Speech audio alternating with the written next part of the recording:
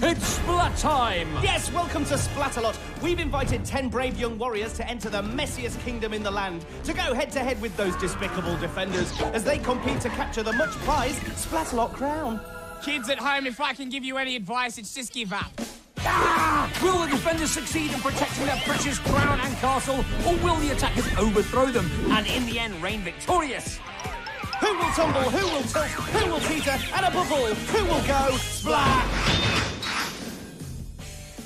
Hello, Splat fans, one and all. But especially you. He's Dick. He's Dom. And this is Splatalot, the ultimate game show set in a majestic mythical kingdom where good and evil do battle. Evil. You know, the defenders aren't actually that evil. They're more annoying than evil, yeah. And so some of the attackers can be a little bit cheeky. Right. Okay, so it's a majestic mythical kingdom where the cheeky and annoying do battle. Yes. Brilliant. Here's what's coming up. Round 1 is the merciless moat, where only the 6 fastest will survive. Round 2 is Ditch the Dungeon, where we ditch 2 more attackers. Leaving 4 finalists in the round we call Capture the Crown, because that's precisely what they need to do. Here's that merciless moat in more detail. It begins with a double whammy of baffling barrels and piercing pellets. Lovely. Once you've been baffled and pierced, you can slip up the slippery slope and roll over the rolling mace. The impossible incline awaits, and then, if you've got this far, you are rewarded with the beastly battle axes. A well-balanced, patient approach is required on the Bridge of Disaster. But don't waver when you reach the wavering warhead, as it leads to the finish line and potential glory. Don't start celebrating just yet, because there's one more thing to add to this challenge. Ice cream and hundreds and thousands? Not exactly. It's this lot, the defenders. Don't they look lovely together? In round 1, ladies and gentlemen, boys and girls, we have the Inhumane Vane, the Thoughtless Thorn, and finally, it's the ever so feisty Fatale. What a lineup! What's your back? And your face. And your gut. So, over to the course. On the Spatter Batter we have Vane, on Vaporizer's Thorn, and on the Aqualizer Fatale. Hello, first attacker. Hello, I'm Tim. Now give me the crown. Manners, Timothy. Say please. Splatanger. Well, he can't at the moment. He's got a mouthful of moat juice. Run, Timmy, run! No, Timmy, no! And Dodo, Booby Bird! Whoa, Air Cadet down, Eagle down! Vane gets lippy, but Air Cadet Timmy rises above it. He's at the incline. So, Tim, I hear you do a pretty good impression of me, is that right? I'm Thor. Now, I find that a pretty inaccurate portrayal of me. I'm inclined to agree. Porky Lorky Whitwaff. Looks like the incline is inclined to agree with you too. Well, Tim took on Thorn, which left a bad impression and resulted in a simple splat. Plain and simple. Plain. He's an Air Cadet, see? I'm okay. For now, maybe. Tim, yet to make it over an obstacle without getting wet. Will he succeed on the battle axes? Oh, Mondo drops quit. So, Dick, you asked if Tim would succeed on the battle axes. We can now reveal the correct answer is Mondo drops quit. Hey, Timothy, do Air Cadets always wear pink? More put-downs from the unfriendly Fatale. Oh, and that's a near fatal blow to Tim's chances, because he's back in the moat again. Splat. What's next for poor Tim? Uh-oh, look out. Movie dunkers! Shooty score! Tim doesn't look too happy about that. Hey, fly, Timothy. Fatale does her worst, but Tim seems to have left the best till last as he flies over the finish line. He really is an Air Cadet. Tim's time is a pretty reasonable 7:56, and that's put a smile back on his... Cow for Timothy. Next, please. YOLO! YOLO! You only live once, but how many times will you splat, John? Onto the baffling barrels, not baffling yet. Not baffling yet. Now they are. Squibsy down, and John gets up close and personal with barrel number 3. Ah, look, it's a splat at first sight. Lovely. So, will he find true love on the incline? Oh, crazy legs, Begbie. Well, it's a classic love story. Boy meets incline, boy falls for incline, boy falls down incline, boy gets a kisser on the noggin. You know how they say that love can be cruel? Well, that's why. Come on now, pull yourself together. Oh dear, and it just keeps getting worse for John. Nothing to love about 1605. And then he gets dumped on from a great height. Oh, this game is heartbreaking. Super Splatalicious! Ooh, what a great word. How do you spell it? S-U-P-E, exactly how it sounds. Hey, Celeste, does your mom happen to have a crush on somebody in the castle? Yeah? Gildar! Oh. Ah, I don't think that was the answer Vane was looking for. Gildar shouldn't be the answer anyone's looking for. Can Celeste recover from this embarrassing revelation? Your mum has a crush on Gildar, but I'm gonna crush you, Celeste. I don't think anyone's ever had a crush on Thorn. Celeste on the battle axes. Ding dong, paddle time. Yes, who needs threats from Thorn when you've got the menacing battle axes? Even the axe blade's getting in on the action. But despite the threats, taunts and splats, Celeste is serene with a time of 9:02. I don't think she even noticed that slime shower. Here's the next attacker, Danielle. Oh, drinky poos. Wiggle, wiggle, wiggle. Yeah. A battle cry that would scare any defender to the core. Here she is at the battle axes. You like that? Thorn pouring on slimy charm. How about that? He's sliming for fun now. That's his job. Come on! Hey, it's harder than it looks. She's right, and just to prove it, Baticus slam dunk. What a splat. But daring Danielle picks herself up and heads for the bridge. Hi, Danielle. Let's see that wiggle, wiggle, wiggle. I'm okay. Yeah, she's okay for now, but there's a backload of water coming right at her. Wapalap!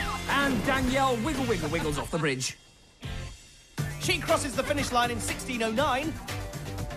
Not too sure if that's enough to wiggle into the next round, though.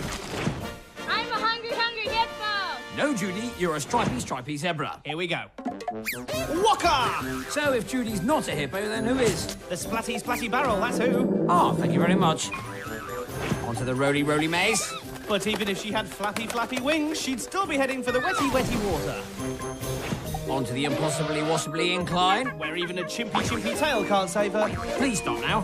Does your silly head hurt? Shut up! And Judy finishes in 11:07, but will that be enough to qualify? Let's check out the leaderboard.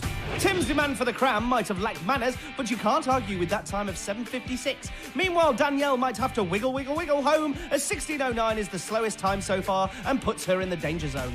But this round is far from over. Another group of brave young warriors still have their eyes on the prize.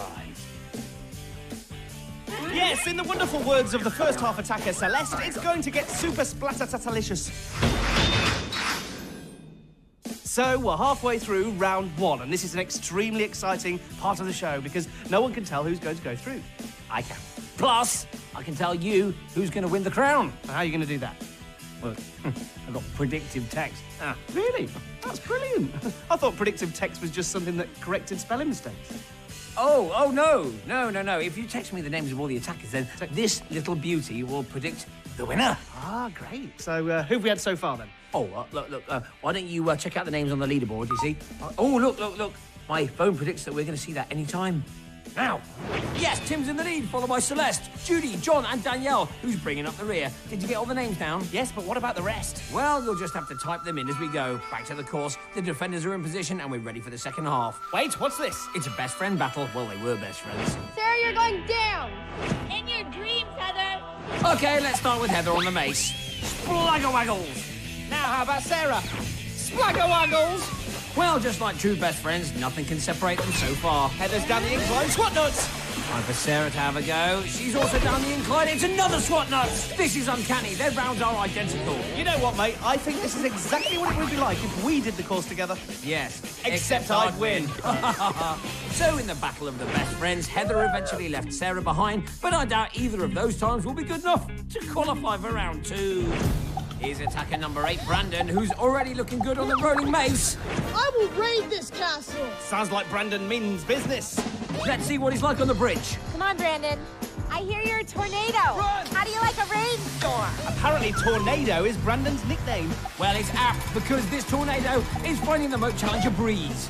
Just the wavering warhead to go. Fatal's doing her best to put him off, but he's having none of it, and he's over. Well done, Brandon! Save the water, Fatal. There are 2 more attackers yet. And Brandon finishes with the fastest time so far, 5:03. How cool is that?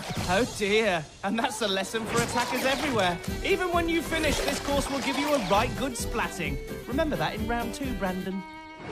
Raider! Here's Brent. On to the barrels and Algae Eater. Hey, bud. You splat real good, boy. Brent ignores Vane's weird accent and is doing well on the maze, but crunk! You know how I done noticed? Bud has been a little bit of a dud. Thorn, come on. Looks like Thorn and Vane haven't quite bonded yet. Back to the course, Brent is on the incline. Down he goes, and Muto Tutu. And the replay shows Brent is seriously slimed before he splat. Well, his time is pretty serious too. 6 minutes guarantees Brent a place in the second round. In fact, if we check the Moat Challenge leaderboard, we can see that leaves Brent in a very strong position indeed, because... Hey, hold on a second, hold on a minute. I think you're getting way ahead of yourself here. That's 9 attackers. There's another one to go yet. Yeah, but look, I counted to... Here's 10th attacker, Matthew. Where's my crown? It's not yours yet, Matty. Hey, buddy, trying to get me. Oh, dearie me. Vane's asleep on the job. Which means Matthew can reach the incline with ease. Oh, Yahonga! He reaches the moat with ease too. That hurt. I think he means his pride more than anything else. I mean, if you can't get past the sleeping defender, then...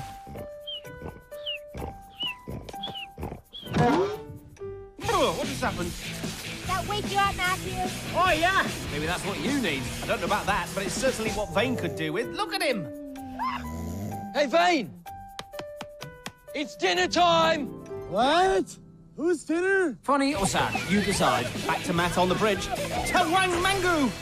Did that shower wake him up or shake him up? Well, that time of 9:17 has certainly perked him up, because that's good enough to get through. So here's the leaderboard. Going through to ditch the dungeon are Brandon, Brent, Tim, Celeste, Matt and Judy. Ah, that'll be my text. So did your phone predict those 6 names? Yes. Yes, it did. Yeah, brilliant. And this is the challenge that awaits them. My phone predicts a Splatfest. So it's time for our second round, Ditch the Dungeon. Yes, Splatalot has reached new despicable depths as this challenge starts beneath the castle walls. There we are. I've just sent you a text with the names of the attackers from this round. So what happens now? Well, we wait for the text to come through and then my phone will predict who will win. Ah, right. Well, I think Brandon's in with a good chance, actually. And Brent's not far behind. Oh, and then there's the super splatter-tatalicious Celeste. And... No, don't worry about that. That's just my Auntie Pam. Yes? Anyway, look, we really shouldn't delay the start of the next round. What we can definitely predict right now is that 4 of the following will be going through to the final. Brandon, Brent, Tim, Celeste, Matthew, and Judy. Anything? No. Anything? No. Here's round 2 in more detail. Way down in the dungeon, you must escape the stocks, then head across the splat walk, and finally ascend the loathsome ladder. Sounds easy, but the defenders will be pelting you all the way with every slimy substance known to the kingdom. The goal is to escape the dungeon and capture 1 of 4 flags. If you do, then, my friend, you're in the final. Anything? No. Anything? No. Now, look, can we not just watch round 2 first? What, and check the prediction after the result? Yes? Okay. Right, let's meet the defenders for round 2. It's that fiery feathered fiend called... Kookaburra. Then we have this little bundle of energy. He's actually quite a lovely chap when you get to know him. And finally, by day, she's simply called Eva, but if you dare to make her angry, she becomes... Mediva! Mad Eva. Makes sense. Beware of the balls of doom. Beware the balls of doom! Beware of the balls of doom! So the attackers are in the stock market. Brent's in green. Judy has zebra stripes. Matt's red. Brandon's orange. Celeste's in green and yellow. And Tim's gritty and pink. The defenders look lean and mean. All right, thank you, Scab. Oh, yeah. Yes. I'm not sure what Kookaburra's agreeing with, but he has to agree the attackers are off to a great start. Yeah, but here comes the foam. A slight variation on Celeste's battle cry there from Mediva, and funnily enough, Celeste is the only one still on her feet. Splatzoid. Well, now she's off her feet. Yes, Kookaburra using the slime balls to great effect. Zoopingo!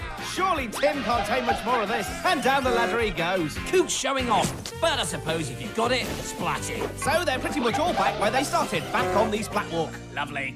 Here's the family. Wait, Celeste. What's up? Guys, I'm flying through the bird! We need to sell that stuff on the interwebs. Ugh, would you buy Kookaburra's slime online? Absolutely not. I only use scabs. Oh, back down now! Mediva's froth brother is really doing what a froth brother should, namely frothing and brothing. Kids at home, if I can give you any advice, it's just give up. Thank you, Kook. Oh, Judy! Yam nuts! Go zebra. Double yam nuts! Kookaburra making full use of the vile volley. Down go Judy and Tim. Ah, yes, the vile volley. It fires a volley of vile volleyballs. Volley good. Yes, they pack quite a punch. Just ask Judy. So, who's going to get to the top of this ladder first? Look out, Bird. Got something special for you, Bird. And Brent, or Bert as Kookaburra prefers to call him, takes a long trip back down the ladder. Oh, to Wangamango. Welcome to Slime and Ladders. Climb the ladder and get slimed back to the bottom again. Woof! Woof! Woof! Brent takes out Brandon. Uh-oh. Scab, It's balls of doom time! There's gonna be balls of doom! You feel that shake? Balls of doom! Balls of doom! Balls of doom! Balls of doom! Look, there it is. The ball of doom! Stab strikes! Load him up again! How many balls of doom are there? Here comes another. And yet again, Brent takes the brunt of the doom ball damage. Scab's on the ball today. Celeste is near the top. Celeste, say ah! No, Celeste, you've got to go lower. Oh, I see you have. Oh! Kookaburra really doesn't want Brandon to capture a flag. The young attacker is holding on, but Kookaburra finds a way, and down goes Brandon. Panda hands. Yes, it's all heading in the wrong direction. Brandon's down.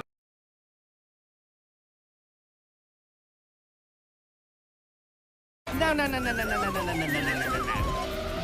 Tim's at the top now, but not for long. Oh, and down he goes into the dregs. Now this looks more promising. Yes, it's brave Brent who is the brunt no longer. He claims the first flag and the first place in the final. And despite Mediva's last-ditch attempts, Judy joins Brent at the top. Who'll be next out of the dungeon? Only time will tell. Well, it was looking good for Celeste, but there she goes again in spectacular style. Oh, and I think we have our third finalist. Matt makes it to the top, so one flag remains. And it looks like Brandon is going to claim it. He's climbing hard and just about crawls over ahead of a very tired-looking Tim. So that's the end of the game. We have our 4 finalists. Come up here, I'll help you up. Psych, I'll help you up. Psych. Naughty Scab, be nice to Celeste. Here's Tim's slide of shame. Looks quite nice, actually. Not that shameful at all. So the 4 finalists celebrate and take in the majestic kingdom that could be theirs very soon indeed. Oh, what's this? 5, 6, 7, 8. Shimmy, shimmy. Shimmy, shimmy. Yeah, not awkward at all. I can't wait for Splatalot the musical. Kookaburra would be a sensation. Sensation. Let's take a look at the leaderboard. Heading into the final with a chance to rule Splatalot are Brent, Judy, Matt and Brandon. Anything? Oh, yes. Would you believe it? Phone's right again. Ah, brilliant. Only one more text and we will know who's champion. Yeah, look, it's not my fault. It's one bar short of a signal. So stick around for our Capture the Crown Spectacular. Don't forget Dom's amazing phone prediction. Yeah. So it's time for a splat stat attack. What about the phone prediction? Splat stats first. Brent is the strongest attacker. He's finished 3rd and 1st so far. Judy's improved and so has Matt, but Brandon's struggling. He was 1st in round 1, but 4th in round 2. Okay, prediction time. Look, mate, I can't do it. I know. You do? Of course I know. Yeah, we can't ruin the final for the audience, can we? Tell you what, I'll look after this and reveal the answer when it's all over. But here's a reminder of our final 4 attackers.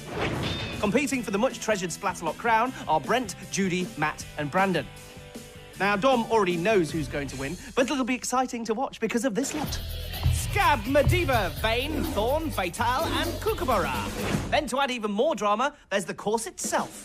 This is what stands between the attackers and the crown.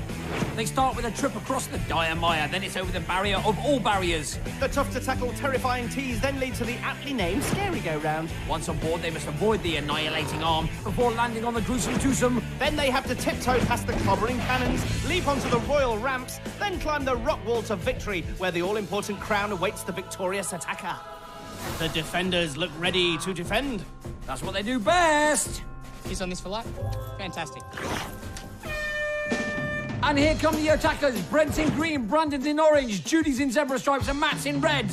So the first test looms in the dire mire, but Matt has no problem at all with the barrier.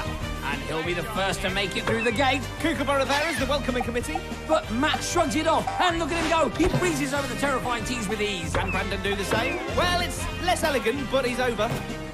Back to the mire. Brent and Judy having a dire time there. Brandon and Matt now take a leap of faith onto the Scary Go-Round. Brandon doing well as he negotiates the annihilating arm. Crack-a-whack! Negotiations didn't go too well for Matt, though. Brandon didn't help much. He stuck his foot out and sent Matt head over heels into the moat. Back to Brent and Judy. Brent tries the tees and Zubaramundi.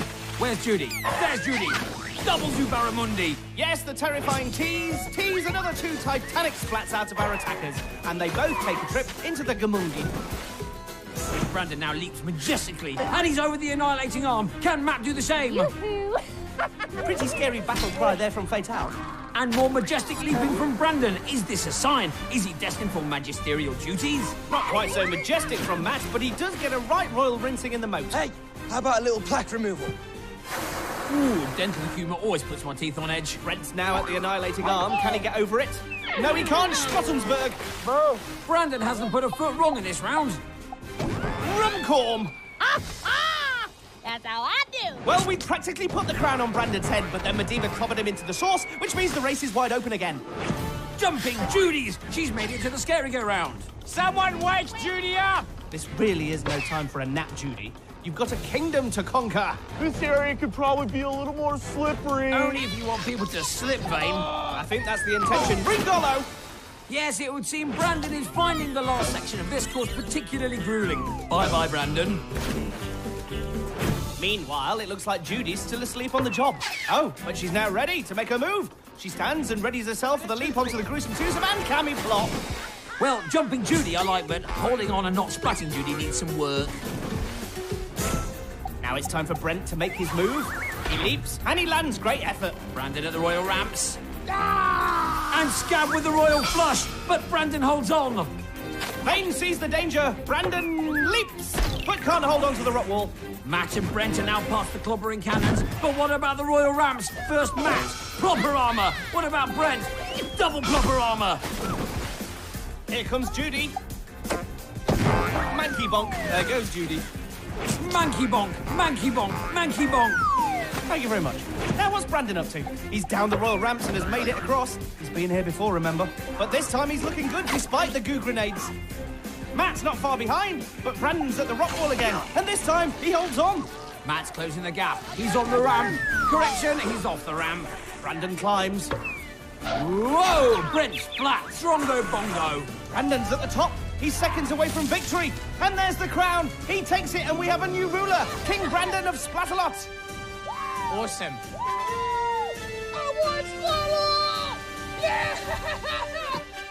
There's a happy chappy. Well done, King Brandon, a worthy champion. So, Dom, let's check your prediction. Says here, Dom predicts Dick will win. What? Ha, got you. Now that could actually be a contender for this.